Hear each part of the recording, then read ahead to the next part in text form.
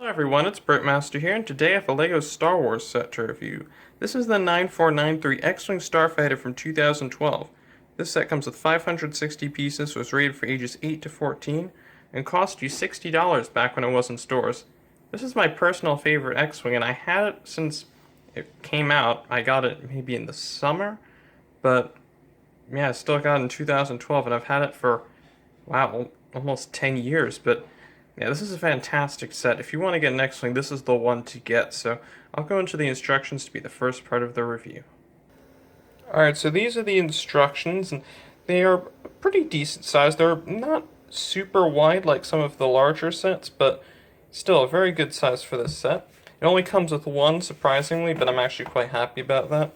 It comes with a total of 72 pages, including the back, which is quite a lot of steps, but also quite a bit of advertising, as you can see. The LEGO Club magazine, this Ace Assault 2. I don't even really think I ever really looked at this. Other sets released in 2012. I also have reviewed this TIE Fighter. And I also have the Droid Escape in this Endor set, but those are in pieces. A little story section, I guess, with the TIE Fighters attacking the X-Wings as they are making their trench run on the original Death Star. Here is a picture of the set here. Unfortunately, I'm not sure what happened to R5D8, or at least my version of it. I think I might have misplaced him or something, but I don't know what to say. But anyway, here's the parts list. This part is circled because I accidentally snapped one of them, so I had to get it replaced by LEGO. Fortunately, they were good enough to give it to me for free. Over here, of course, they have the steps. They do have the box that tells you what pieces you need for each step, so it's really easy to follow. And yeah, that's it for the instructions. And the box art looked identical to this. Alright, so these are the minifigures that come in the set. There are a total of 4, but unfortunately, my R4 unit is missing in action. But first off here, we have Luke Skywalker, and he is in his Rebel pilot suit, which looks really nice. There's only detail on the front of the torso and the back of the torso. There's nothing on the legs or arms, but I still think it's a really nice looking minifigure. This is his face. It's pretty simple, but I don't think that it really goes over the top with detail, which is definitely a positive thing in my opinion. They also have a really nice printed helmet here for him. You can see there's printing on the top and side of it, which is really nice. And he does come with his blue lightsaber, which is really nice as well. And it doesn't come with the chrome hilt, but I still think it looks pretty nice.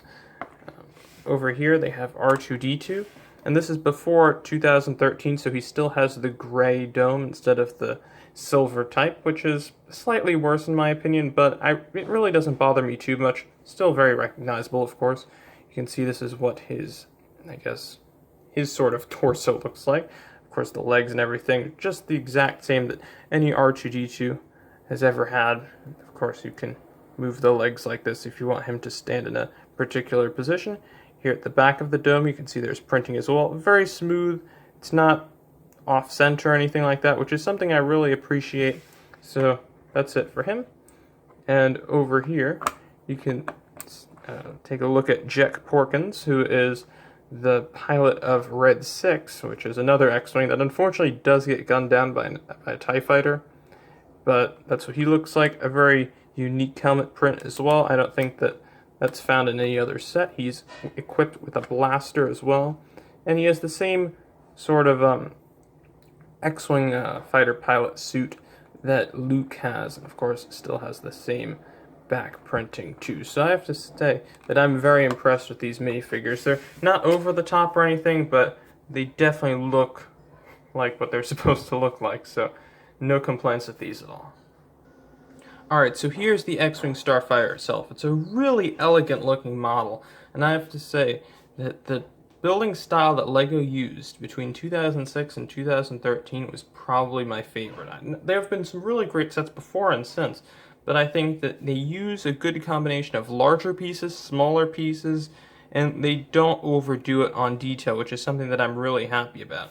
So over here you can see that there is a lot of a lot of maroon pieces mixed in with red, which I think looks nice. They have this section right here, which is, of course, the nose of the vehicle, and I think it looks really nice. They do have some landing craft right here, which can be moved up in space flight, which is really neat. And over here they have some little photon torpedoes on either side. Of course, those can be fired, I guess, theoretically, but there's no function to actually fire them in this set. But I would rather have them look really nice like this and not be able to fire them, look like those stud shooters, which I think look awful in my opinion. But anyway, now I'm going to show you the cockpit. Alright, so here is the cockpit section. As you can see, they have this really nice windscreen piece that has these ratcheted joints, and you just lift it up like this. And of course, you can go ahead and seat Luke Skywalker inside, which is really nice. He does have a little screen right here, which has the targeting. It's a targeting screen. And this is what it looks like. Personally, I don't think it looks as good as the original one that they used, or actually, I'm not sure if it's the original one, but I know it was included in the 2007 Y-Wing. I think it just looks more accurate to the actual screen that is used in the film. But I still think it looks really nice, and you can just close it like this.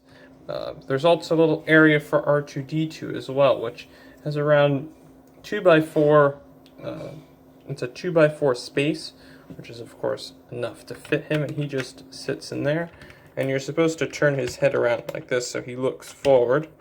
So I think that's a really nice look. So now we'll look at the wings and the main function of the set. Alright, so here are the wings of the X-Wing, and I have to say that these laser cannons right here are some of the best that I've ever seen LEGO do. I really like the small radar dishes that they put on there, the worm gear that's here, and also the small gear that's in the back. And you can also turn it to simulate fire, I guess, which is a really nice idea. They're really long, really skinny. I think it just looks amazing. Also, here you can see there's a sticker on a 1x4 tile piece, and that's of course red 5. But if you want to give the ship to Jack Porkins, you can get an extra 1x1 tile piece and just stick it on there to make it red 6. So it's your option really, and if you get 2 of these, of course you can have one be red 5 and one be red 6. So yeah, the engines I think look really nice as well. These are stickers, so that's why they're a little bit just off center, don't look as good. I didn't really take the time to put these on like I would have now, and I also think it's really hard to put stickers on pieces like that which are circular, because you don't know exactly you don't know how to line it up like you would if you had a more angular piece. And up here, of course, there's some greebling as well, which looks really nice. And if you turn the ship around, you can see there's some nice looking engines over here with some little bit of exhaust here, and there are some rubber bands as well. I'm just going to set the recording device down so I can show you how you open the wings of the vehicle.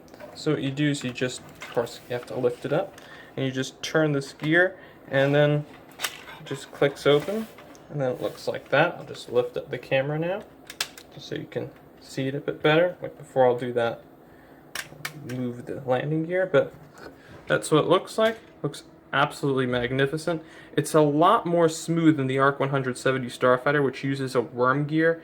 This just uses a very simple technique where if you turn a couple gears in there, this little pillar, I guess, will turn, and that'll allow the gears to open. Unfortunately, because there are rubber bands here at the back, it causes, how do I describe it? It causes the back parts of the wings to try to squeeze together and not the front part, so it might actually end up bending your pieces as time goes on. I haven't experienced that, but that's what I'm assuming will happen in the future. But yeah, I guess that's the only downside with this set. So yeah, that's basically it for it. Alright, so that's basically it for this set. I know I haven't done a review in a while, so I was a bit rusty, but I hope that you think I did alright. But I really do like this set. I think it's the best X-Wing you can get. It doesn't have too much too many colors like the new ones have. I don't understand why they're adding in yellow and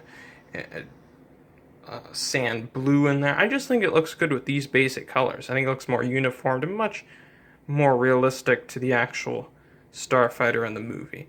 And how much I'd pay for it now, I'd pay maybe $100 for it just because it has gone up in price significantly since it is a very good set. And I'm sure a lot of people would like to get it. So, yeah, I would highly recommend this set. I think the 2012 sets are some of the best that LEGO has created in Star Wars. The TIE Fighter is really good. The Anakin's Jedi Interceptor is really good. So, 2012, I have to say, is a good year for LEGO, and I think it's overshadowed by 2013. But anyway, that's it for this review, and I'll see you all later. Bye.